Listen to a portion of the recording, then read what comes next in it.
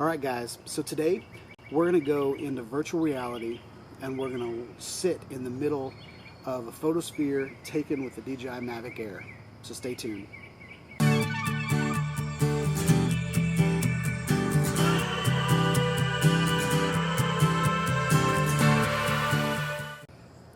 What's up guys, Shawn here.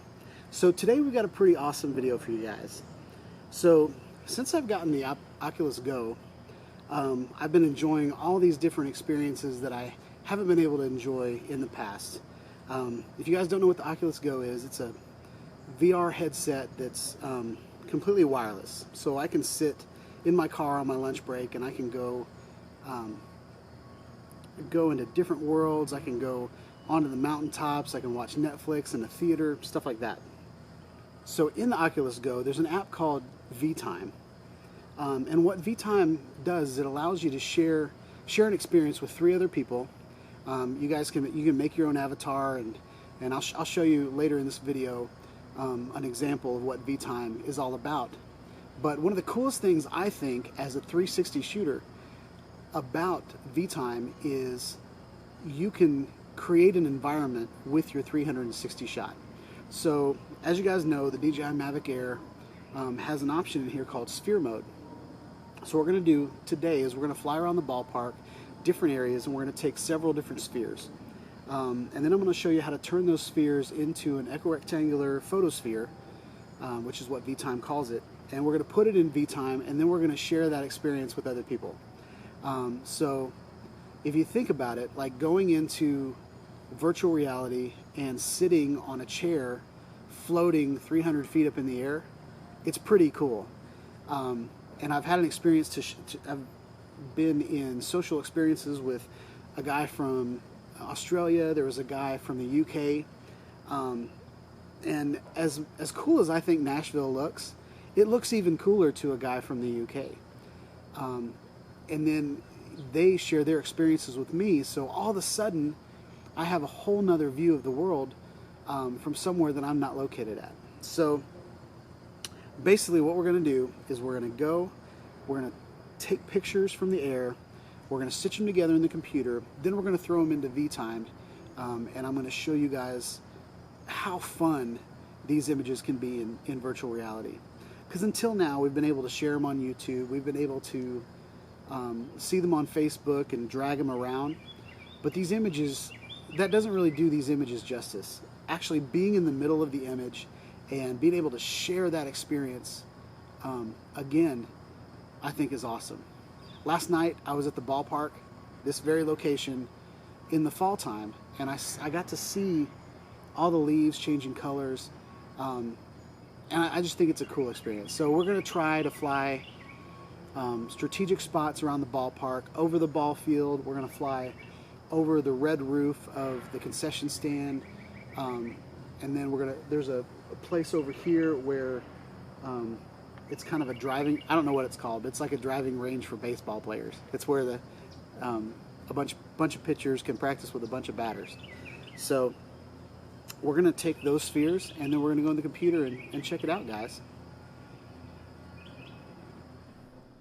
Alright guys, so here we are. As you can see over here, we've got the DJI Mavic Air plugged right into the computer. Funny story, I forgot the SD card. I had taken the SD card out, so thank goodness the DJI Mavic Air has built-in internal storage. So I was able to capture images even though I didn't have my SD card with me. So whenever you take pictures in sphere mode, they end up in this panorama folder. And I took 2 panoramas, so we'll see what this looks like. Alright, so that's pretty cool.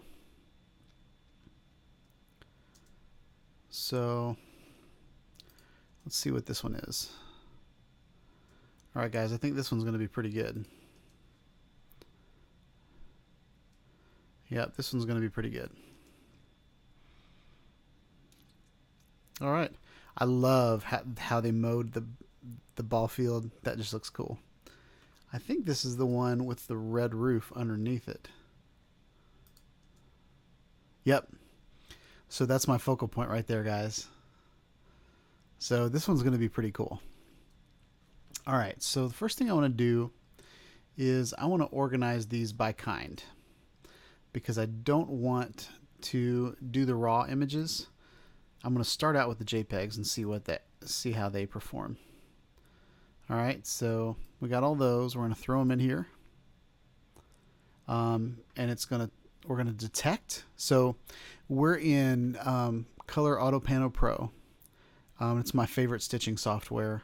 I've tried a couple. I've tried Hugin and another one, but I don't remember what it was called. But Auto Pano over the years has been my go-to app, and it seems to automatically renew itself and upgrade itself. So I like it a lot. So what we've done is we've taken these images that are JPEG, and it's made 25 images, and we've thrown them into Auto Pano, and then we're going to hit detect, and we're going to see what happens. Usually this is pretty flawless. The sphere mode does an excellent job of taking overlapping images. So we're correcting the lens right now, correcting the distortion. What it's going to do is it's going to figure out where the panorama is. And I know it looks kind of weird, guys, but just so you know, there's 3 ball fields. So we're going to go in here and we're going to edit. Click on the edit tab, and this is way too big. But I want you guys to see how beautiful this is, guys. I don't see, just for this video, we're not going to go through and correct every blemish. But from the get-go, guys, this is a pretty difficult shot. I've taken this shot several times. And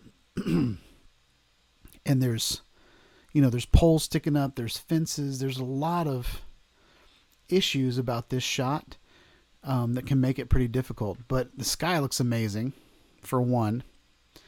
And yeah, everything looks great. So what we're going to do, we're going to go in here, and I'm just going to change one thing. I want to change it to full sphere. Okay, guys? And the reason I want to change it to full sphere is because I want this area, I want it to be 2 by 1. So you can see here's a square and here's a square.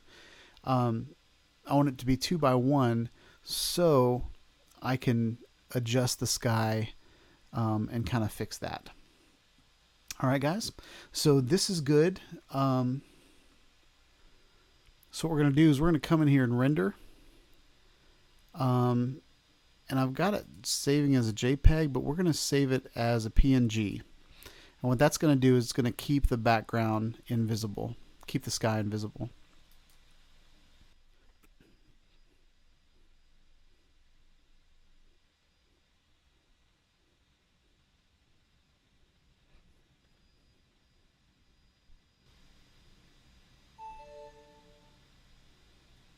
So now we brought the image into Photoshop, and as you can see, the top portion is transparent, and then we have the sky here.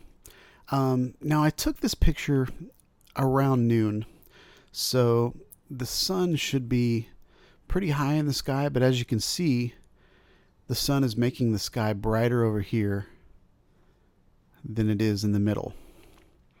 But it doesn't really affect the ground that much, okay? So what I'm going to do is I'm going to create a new layer, put the layer underneath, and then what I'm going to do is I'm going to take this color and grab it from here, okay? And this color, I'm going to grab it from here, okay? And we're going to grab our gradient tool, and we're going to go from here, which is where we grabbed the first color, hold the shift key so that we're going perfectly vertical to about here. And as you can see, that's kind of our sky. Now it doesn't look that great, especially here. It looks really bad, but it almost blends here. So Now what I'm going to do is I am going to do a blend with this gradient tool. Okay, guys? And basically what that's doing is it's just taking this lighter color, and we're going to do another color. We're going to do another layer, and we're going to hold the shift key again, but I want to grab in the middle right here and go over to here. Okay. And then I'm going to do the same thing on this side. I'm going to go from here over to here. Okay, and what that's done is it's kind of lightened the sky a little bit. And I'm going to take the opacity down just so that we have some changes in brightness and contrast in the sky. Okay? And then what we're going to do here is I'm going to get rid of most of this sky. These kind of clouds right here, not totally important. I really like this cloud right here. I like this cloud right here. So what we're going to do is we're going to repeat this layer, and we're going to make one of them invisible just because I don't want to lose that information. And we're going to go in here with the eraser. And what I've got my eraser settings to is, so basically it's a paintbrush, and the size of the paintbrush is 1760 pixels with a hardness of 0. And what that does is it makes the edges fuzzy. And I use this technique all the time in Photoshop to blend things. So as you can see, I can blend. And what I'm doing is I'm erasing that hard edge. Okay, guys. And this is where the magic happens. So like I told you, I'm not that concerned with the wispy clouds. I'm more concerned about blending the sky.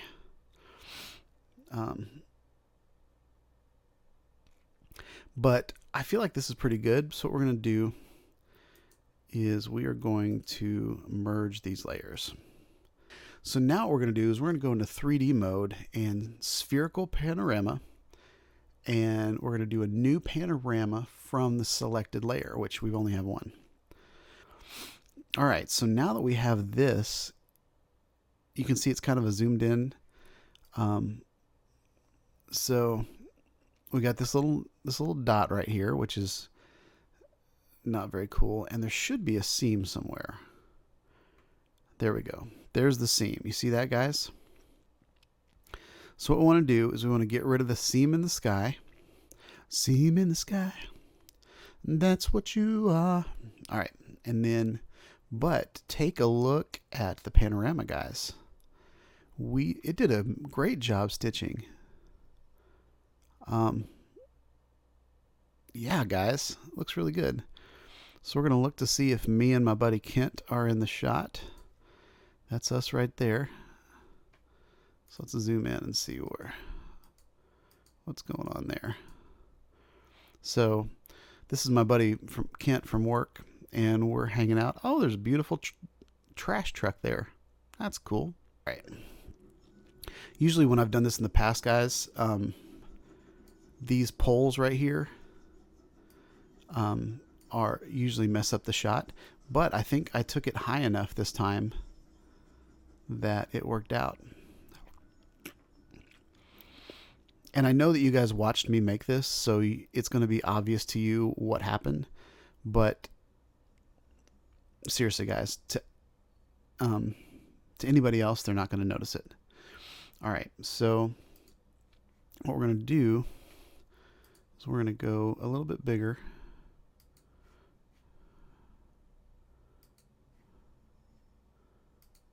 Yeah, about there.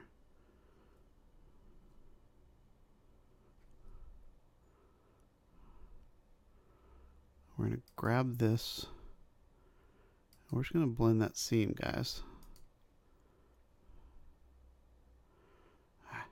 Can't go down there.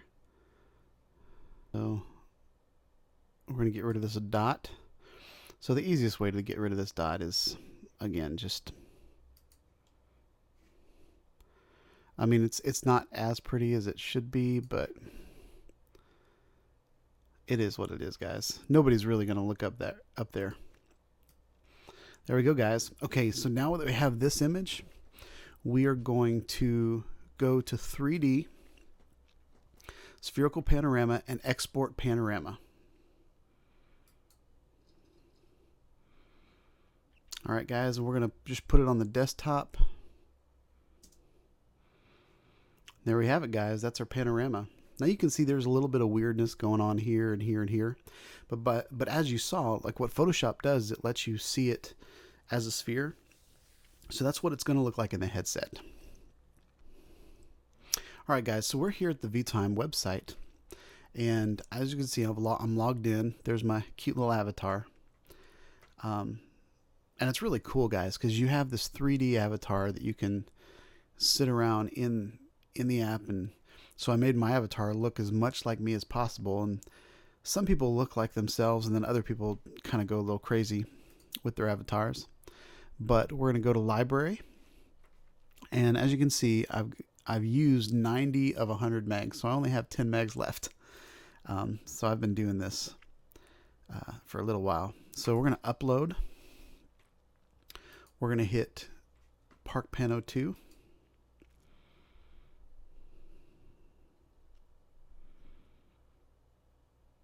And this is the last image I'm going to get to upload to VTime. So I'm going to have to delete some of the ones that I don't like. I feel like I've got a pretty good variety, though.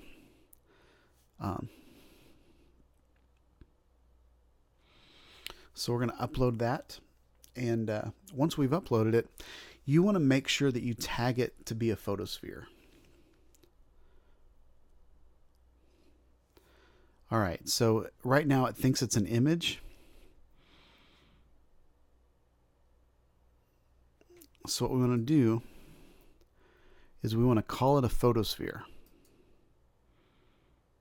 Okay, guys?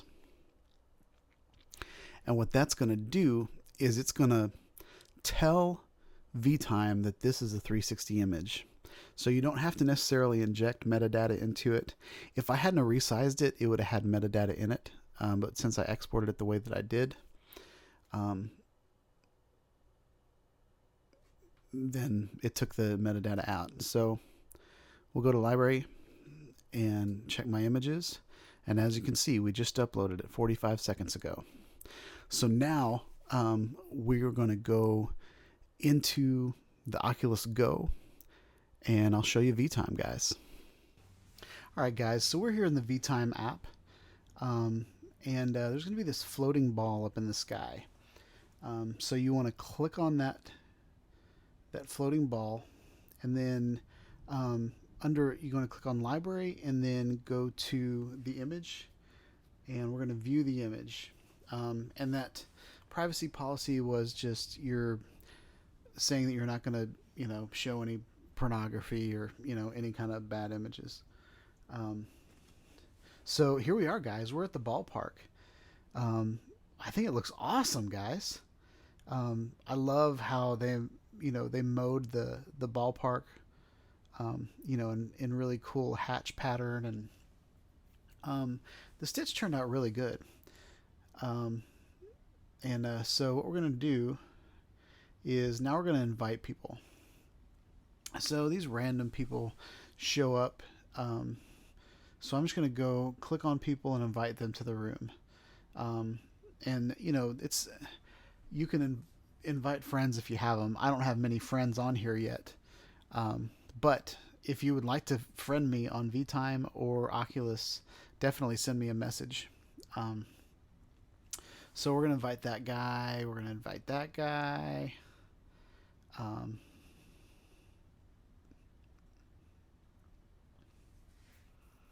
And I don't feel like I'm invading anybody's privacy just because these are kind of fake avatars, fake names that people have made and all that kind of stuff. So, all right. We're going to invite that person, and we're just going to invite everybody. So somebody declined my invitation.